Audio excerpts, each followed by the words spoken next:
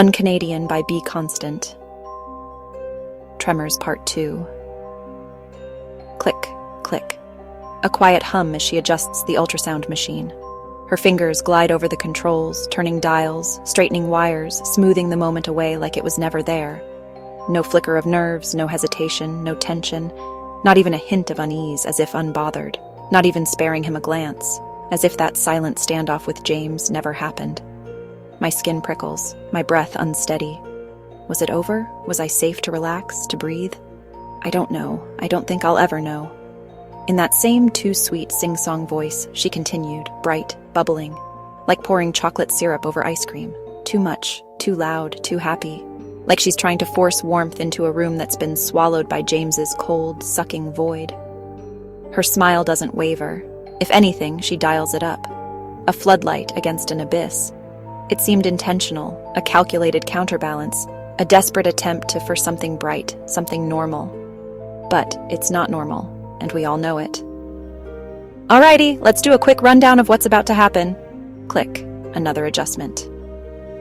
This is a non-invasive procedure using sonic waves. Yep, sound waves. This lets us get a little look-see at your precious baby. A pause, another click, another adjustment. No change in her tone, no awkward pause. Just a smooth, almost mechanical return to her routine. I just need to take a few measurements. See what's going on in there. A really good look, okay? The heart, the spine, the kidneys, the brain. Check to see that all is good and strong in there. The hospital tech presses the ultrasound wand firmly against my belly, the cold gel spreading beneath its smooth surface. With a practiced glide, she moves it in slow, deliberate strokes, sending sound waves deep into the unseen world inside me. The screen flickers, grainy shapes shifting, forming, almost there. A tingle of anticipation sparks in my chest, rising with each pass of the wand. Any second now, I'll see. I'll glimpse this tiny life growing within me. Ignore James. Ignore the weight of his silence. This is a moment for wonder. This is a moment for me. She straightens just a little, barely glancing up. But I catch it. A flick of her eyes, quick and knowing, before snapping back to the screen. "Oh, you are so lucky to have someone here to support you," she coos, the sweetness in her voice thick enough to stick. A reassurance for me.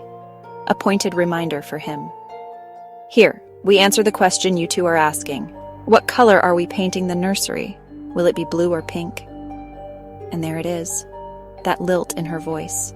The tease, the taunt. Like she's daring James to react. Hands clap together, a little wiggle in her chair, a squeal of delight like she's personally invested in this moment. This is always such an oh-so-very exciting moment for me, especially for the new daddy. She sighs, dreamy, her fingers tapping against the machine. Oh, I just love what I do. I watch her, and I don't know if I want to scream or disappear. The gel was freezing, like ice water on my skin, and sent a shiver through me. The hairs on my arms stood on end. My breath caught, but I kept my eyes on the blank, glowing screen in front of me. Any second now, I'd see it. The baby growing inside me. My body hummed with sensation, a giddy energy I couldn't explain. It wasn't just the cold gel or the nurse's hands moving the wand through it. This was it. I was about to meet this tiny person, this little universe forming inside me. I imagined this as some deep-sea rescue mission, sending signals into uncharted waters, waiting for a response. I could almost see it, a flare shooting into the darkness, illuminating a hidden world beneath the waves. Look there. See? There's the head. There's the head, I repeated in awe. Okay, look here. See those little legs kicking? There's the heart. And look, there's a hand. Do you see? I saw. My baby's tiny hand reaching, moving, and then a foot. I counted each perfect toe. My chest tightened. I had to catch my breath. I wasn't prepared for this. How could anyone be prepared for something like this? I always get so excited when I show babies. I love it. Honestly, I can't believe I get paid to do this. Do you have any names picked out yet? I shook my head, turning to James for something. Support, reassurance, anything. But he just sat there, staring back at me with that same blank, unfeeling expression. I told myself he'd start any second now. He'd look at the screen, see what I was seeing, and the ice around his heart would melt. How could it not? This was our baby. The most beautiful, precious thing in the world. Your baby is perfect. Everything is normal. Perfect. I touched my belly, letting my hand rest on the curve, hoping my baby could feel it somehow. A tear slipped down my cheek before I even realized it. This was real. This was happening. In just a few weeks, I'd be holding this baby in my arms. Nothing would ever be the same. This was it. This was going to change everything. James and I would grow from this. We'd become parents together, a real family.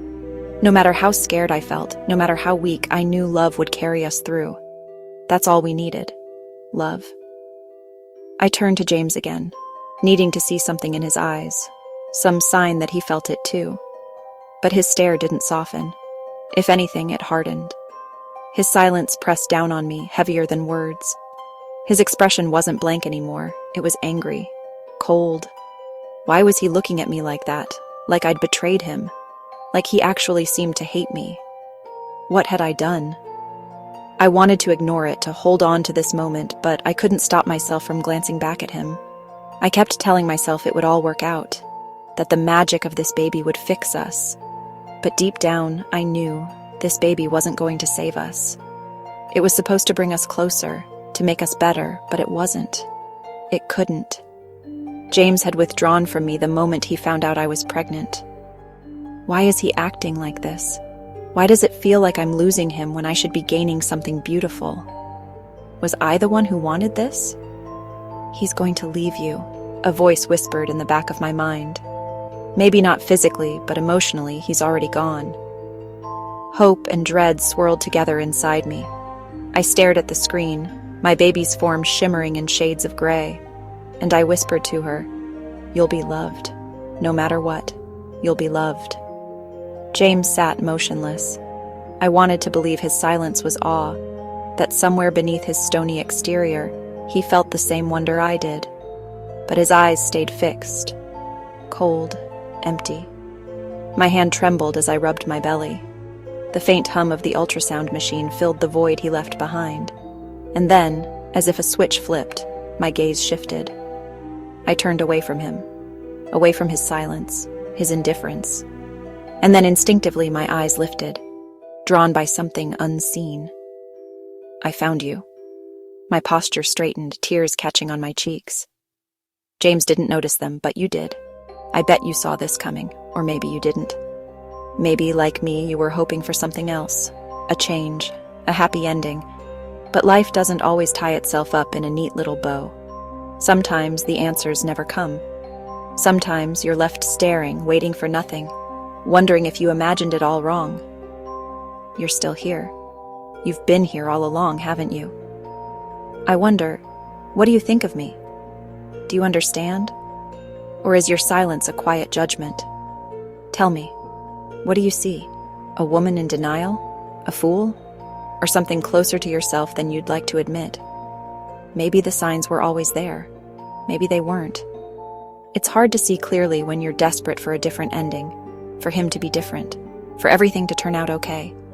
Maybe you thought this would end differently, that things would wrap up neatly, tied with a ribbon, a different ending, a different him. But hope is a cruel thing, isn't it?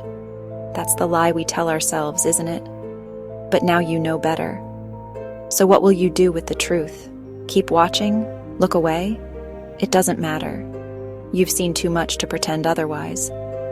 And deep down, you know it.